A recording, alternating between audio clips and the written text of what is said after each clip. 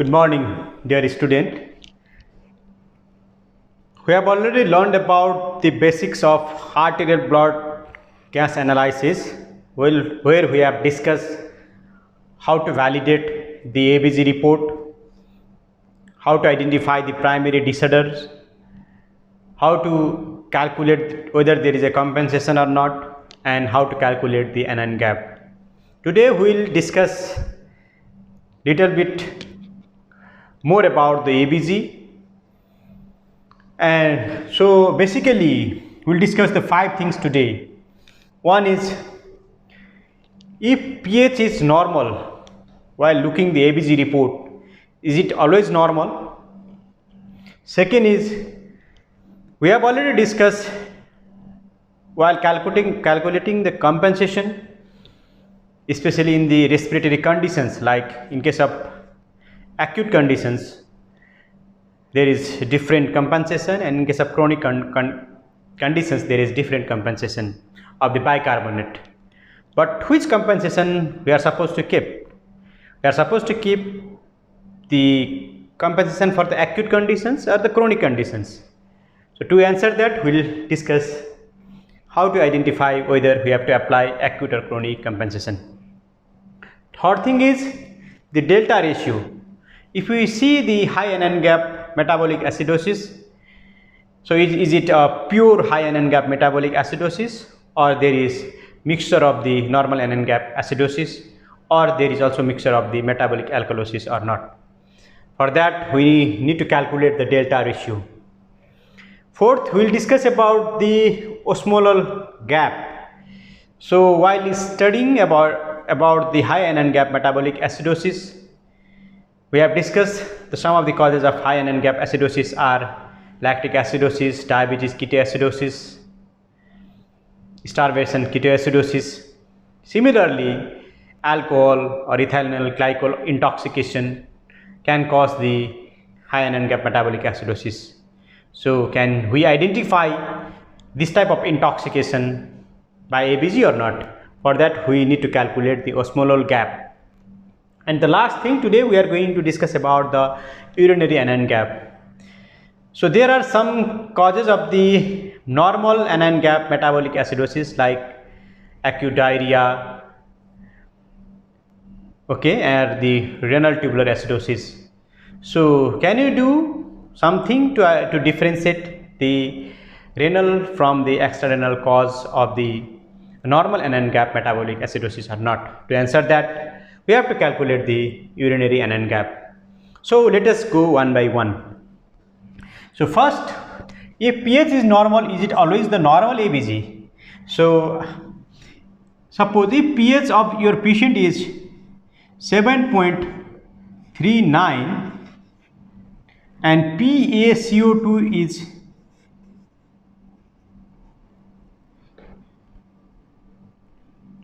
55 mmHg and bicarbonate level is 35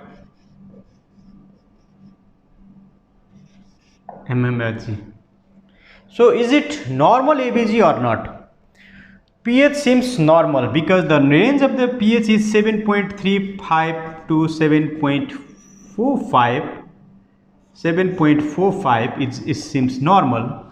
But when you look towards the PaCO2 and bicarbonate, the PaCO2 level is 55, the normal range of which is 40 plus minus 5.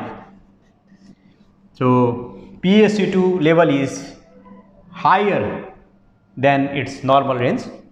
Similarly, for the bicarbonate, the normal range is 24 plus minus 4.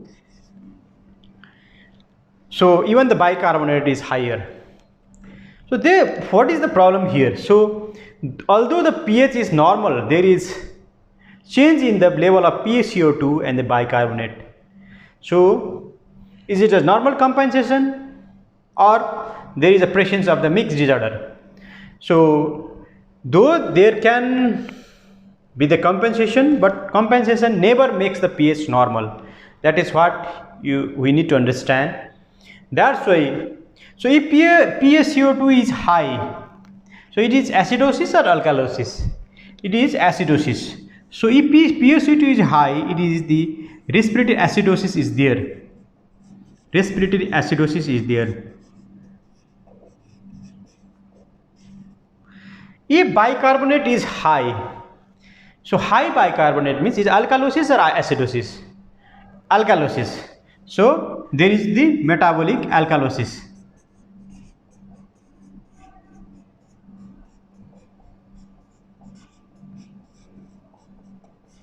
So you have to combine. So in this patient, there are two processes going on, like there is respiratory acidosis and metabolic alkalosis. Respiratory acidosis tries to decrease your pH, whereas metabolic alkalosis tries to increase your pH, because of which the pH seems normal, but it's actually not normal because there is problem in PaCO2 and the bicarbonate both. That's why if pH is normal, it is not always normal. There may be the presence of the mixed acid-base disorders. Okay, there may be the presence of acidosis as well as alkalosis, of different conditions. So what will be the typical example of this patient? Like this patient, the respiratory acidosis can be caused by the COPD, and if the patient develop the vomiting, recurrent vomiting, then COPD can cause the acidosis and the vomiting can cause the alkalosis. So they can have respiratory acidosis and metabolic alkalosis, giving this type of the problems. So when you get the ABG report for analysis, just don't look only to the pH report. You have to also look the value of the partial pressure of the carbon dioxide and the bicarbonate. Only then you can say it's normal or abnormal. Okay, I think you people understand the concept of normal pH.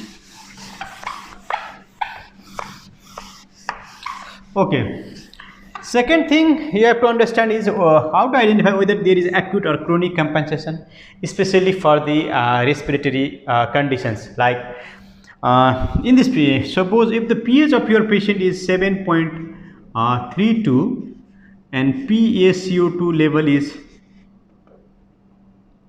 60 mm of Hg and bicarbonate level is 32 mm of Hg. So is it like, if you get this type of report and if you have like history of shortness of breath for 2 years and like which get aggravated since 2 days, so what is here going on, whether we have to apply for the acute or chronic compensation? To get the answer, we have to calculate the ratio of the hydrogen ion and the change in hydrogen ion and the change in PaCO2 level. Okay, so what is the change in the hydrogen ion? So here pH is 7.32, mean that what is the hydrogen ion? I have already taught you. So what is the hydrogen ion in this patient is, we have to subtract the 2 digit after decimal from the pH. So 32 from 80. So so it became 48. Yes, yes, 48. So the current hydrogen level is 48. So what is the normal hydrogen ion concentration? Is 40, because pH in normal condition is 7.4. Okay, so 40. So change in hydrogen ion concentration is, in this ABG the hydrogen ion concentration is 48 from here, and the normal hydrogen ion concentration 40, that is change in hydrogen ion. And PaCO2 level is, so normal PaCO2, so in here PaCO2 level is 60 and normal PaCO2 level is 40. Yes, we know the normal PaCO2 level is 40. So 48 minus 40 equals to 8 divided by 60 minus 20. So it became 0.4. So it became 0.4. So the ratio between of the change in hydrogen ion concentration to the change in partial pressure of oxygen is 40. So I think you have understood everything. 0.4. Now how to interpret this report? So if this ratio is 0.3, then we have to apply the chronic condition, chronic compensation. If it is 0.3 to 0.8, yeah, it is acute on chronic. There is acute component as well as chronic component.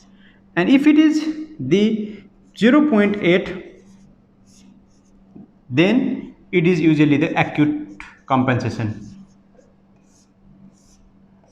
So here it is a 0.4, so definitely there is chronic component as well as the acute component. So it's the chronic component and the acute component. If the value is less than 0.3, then you have to apply the compensation for the chronic one, and if it is the value is 0.8, then you have to apply the compensation for the acute one. This is how we have to apply the different compensation. For this condition, first of all, you have to apply the compensation for the chronic, and then what is remaining, you have to apply that compensation for the acute conditions. So by this formula, we can apply the different compensation in the respiratory problems. So I'll revise it again. In this AVG, what you need to find out, we need to find out the ratio of change in concentration of hydrogen ion by change in concentration of carbon dioxide. So what is the hydrogen ion in this AVG? We have to subtract the 2-digit number after the decimal from 80, so it's become 48. 48 it is current hydrogen ion. What is the normal hydrogen ion? It's a 40 divided by what is the change in PCO2? It's a 60 is now, and the normal PCO2 is 40. You can calculate the ratio, and this is what you need to memorize. Okay, this is how we can apply the different compensation in the AVG.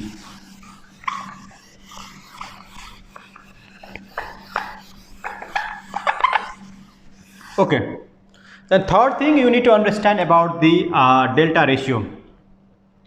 Delta ratio is the ratio of anion gap, change in anion gap.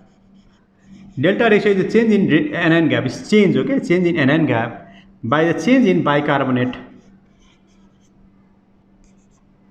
concentration. This is how you have to calculate. This is called the delta ratio. Okay, so if someone has the anion gap of the, so suppose if the anion gap you calculated is 20 and bicarbonate in the AVG is 15. So what if report is like this, then what is the change in anion gap? So change in anion gap is, current anion gap is 20 minus normal anion gap. What is the normal anion gap? Is a 10 is the normal anion gap. And what is the normal bicarbonate? Is the 24 is the normal bicarbonate. And what is the current bicarbonate? What is the change in bicarbonate? Is the 15. You have to calculate this. 20 minus 10 equals to 10, and 24 minus equal to 9. So near about 1. So delta ratio is 1. Delta ratio is near about 1. So the formula for the delta ratio is anion gap, change in anion gap by change in bicarbonate gap. So for that, first of all, you need to calculate the anion gap. So here it is 20 minus normal anion gap is 10 plus minus 2. So that's why I have subtracted 10 because it's a normal anion gap. And the change in bicarbonate from the normal. So here bicarbonate level is 15, and that is subtracted by normal bicarbonate, that is 24 minus 15, so it's a 1. So if the delta ratio is 1, so that's how we calculate the delta ratio. Then what should be our inference? So inference is like that, if the delta ratio is less than 1 or 1 equals 2 or more than 2. So if it is less than 1, then so here it is a high anion gap, high AG acidosis, metabolic acidosis only. only. If it is less than 1, if it is 1, it has high AG, high NN gap metabolic acidosis plus normal NN gap metabolic acidosis. There are two types of acidosis. One is high NN gap and is normal NN gap. If it is more than 2, then there is high NN gap metabolic acidosis plus there is metabolic alkalosis as well. Alkalosis. So that's why we need to calculate the delta gap. So if it is less than 1, there is only pure high NN gap metabolic acidosis. If it is 1 to 2, there is high NN gap metabolic acidosis plus normal NN gap metabolic acidosis. If it is more than 2, then there is high NN gap metabolic acidosis plus metabolic alkalosis is there. Then I will give you one example. So why it is important? Let's suppose pH of a patient with diabetic who presented with shortness of breath and diarrhea. So if pH of your patient is 7.25, bicarbonate level is 15,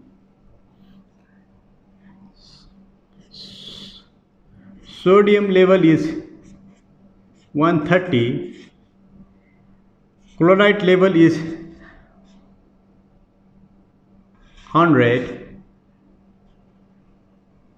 then so what type of problem is here?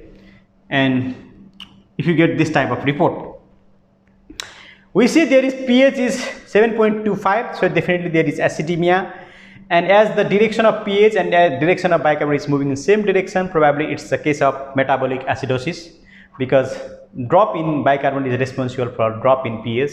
So definitely there is metabolic acidosis. So it is a pure metabolic acidosis or is a mixed disorder. Let us find out. First of all, what you need to calculate is you need to calculate the anion gap. So what is the formula for the anion gap? The formula for anion gap is sodium minus bicarbonate plus chloride ion concentration. So sodium here is 130 minus bicarbonate is 15, chloride is 100. So if you got, then it's a 15.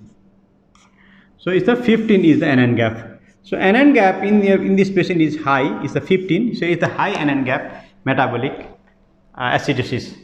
So it is the pure anion gap metabolic acidosis, or there is other mixed disorder. For that you need to calculate the delta ratio. So delta ratio is the change in anion gap by change in bicarbonate concentration from the normal. So change in anion gap is, what is the anion gap here? Calculated anion gap is 15. What is the normal anion gap? 10. What is the bicarbonate level here is 15. So it's to be subtracted from the 24. So 24 minus 15. 15 minus 10 is 5. 25 minus 15 is 9. So near about 0.45. So 0.45. So if it is 0.45, then we know if the value of the delta ratio is less than 1, then there is a pure high anion gap metabolic acidosis. So here is a pure high anion gap metabolic acidosis is here. Okay, that is what you need to understand about the. Let's suppose in this patient bicarbonate level is, sodium level is 140, bicarbonate level is 20. Then what happened? Okay.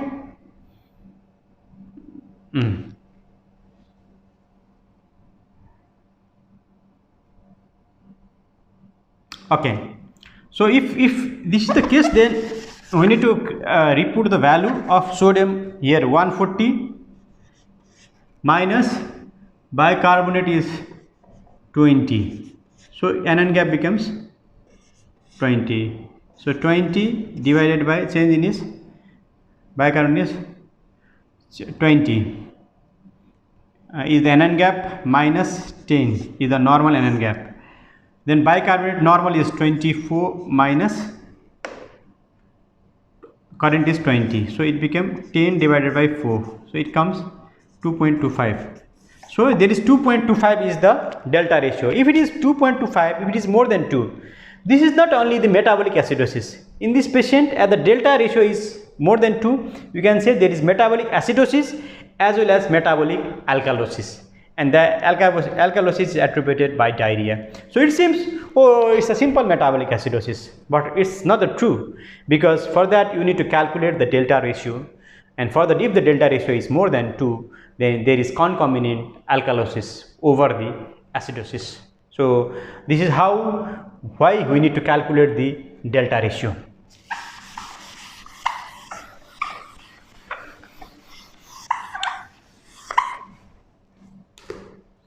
Then we'll discuss about the osmolar gap. So osmolar gap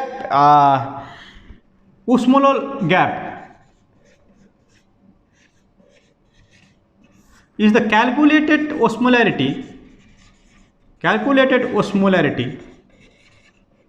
minus measured osmolarity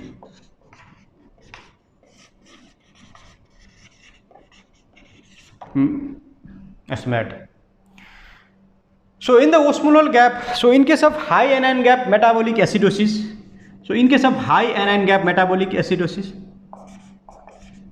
some of the causes are diabetes ketoacidosis or CKD or lactic acidosis, and like ethanol intoxication or ethyl alcohol intoxication. So ethyl alcohol and ethanols are osmolytes, they are active osmolytes, and whether there is a presence of these osmolytes in our system or not, for that we can calculate the osmolar gap. For that, measured osmolarity you can get from the ABG report. In the ABG reports, there are some osmolarity like 280 or something like that. You can see in the ABG report. To calculate the osmolarity, the formula is 2 into sodium plus serum glucose. To convert into millimole, we have to divide by 18 plus blood urea nitrogen divided by 2.8.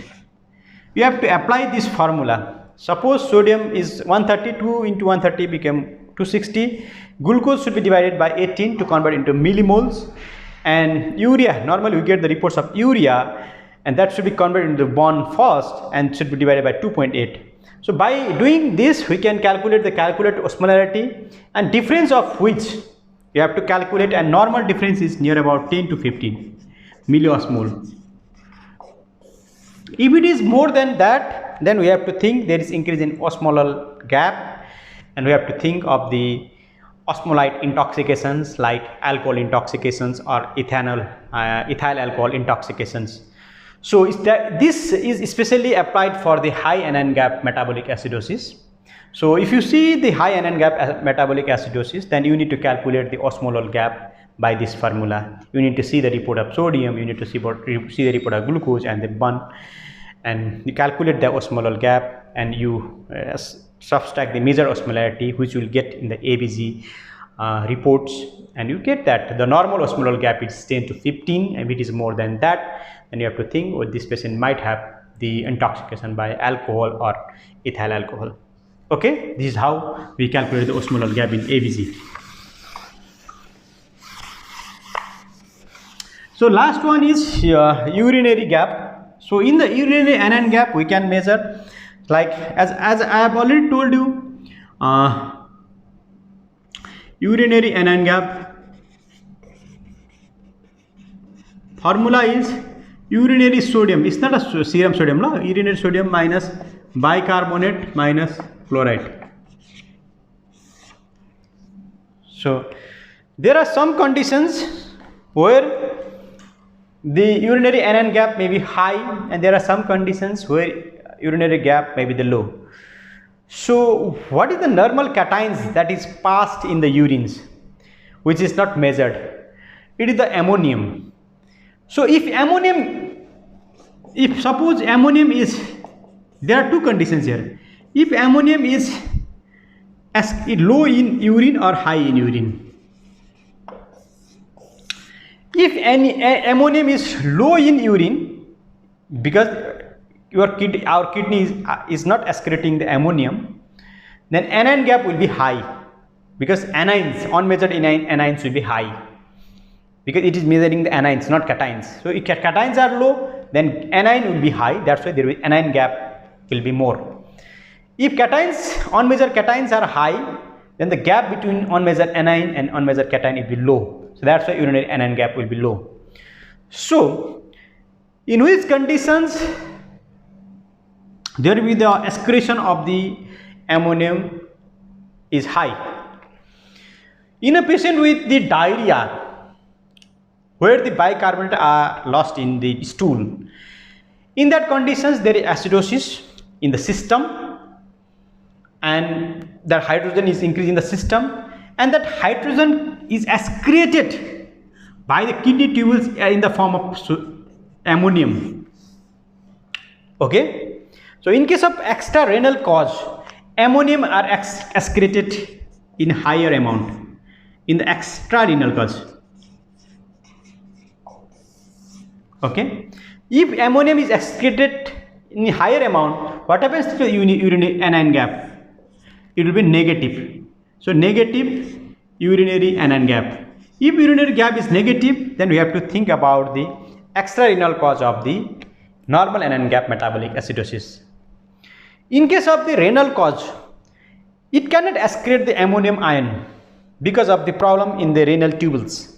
If it is not excreting the ammonium ions, then anion gap will be the high.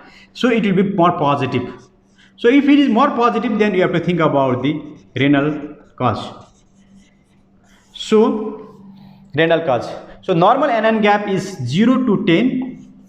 So if you calculate the urinary anion gap, if it is negative, then you have to think of extrarenal cause. If it is positive or more than 10, you have to think of the renal cause like renal tubular acidosis. So we need to calculate the urinary anion gap in a patient who have normal anion gap acidosis, because we need to differentiate whether this is the patient with extrarenal cause of normal anion gap metabolic acidosis or renal cause of normal anion gap metabolic acidosis, because approach to these two conditions is different and management of these two conditions is different. That's why we need to calculate the urinary gap as well if the facilities for the urinary sodium, potassium and chloride is available in the hospital. So let us revise it again. So if pH is normal, so it doesn't mean that the ABG of your patient is always normal. You have to look at the value of the carbon dioxide and bicarbonate to decide further. So if there is a respiratory conditions, we need to find out acute or chronic compensation.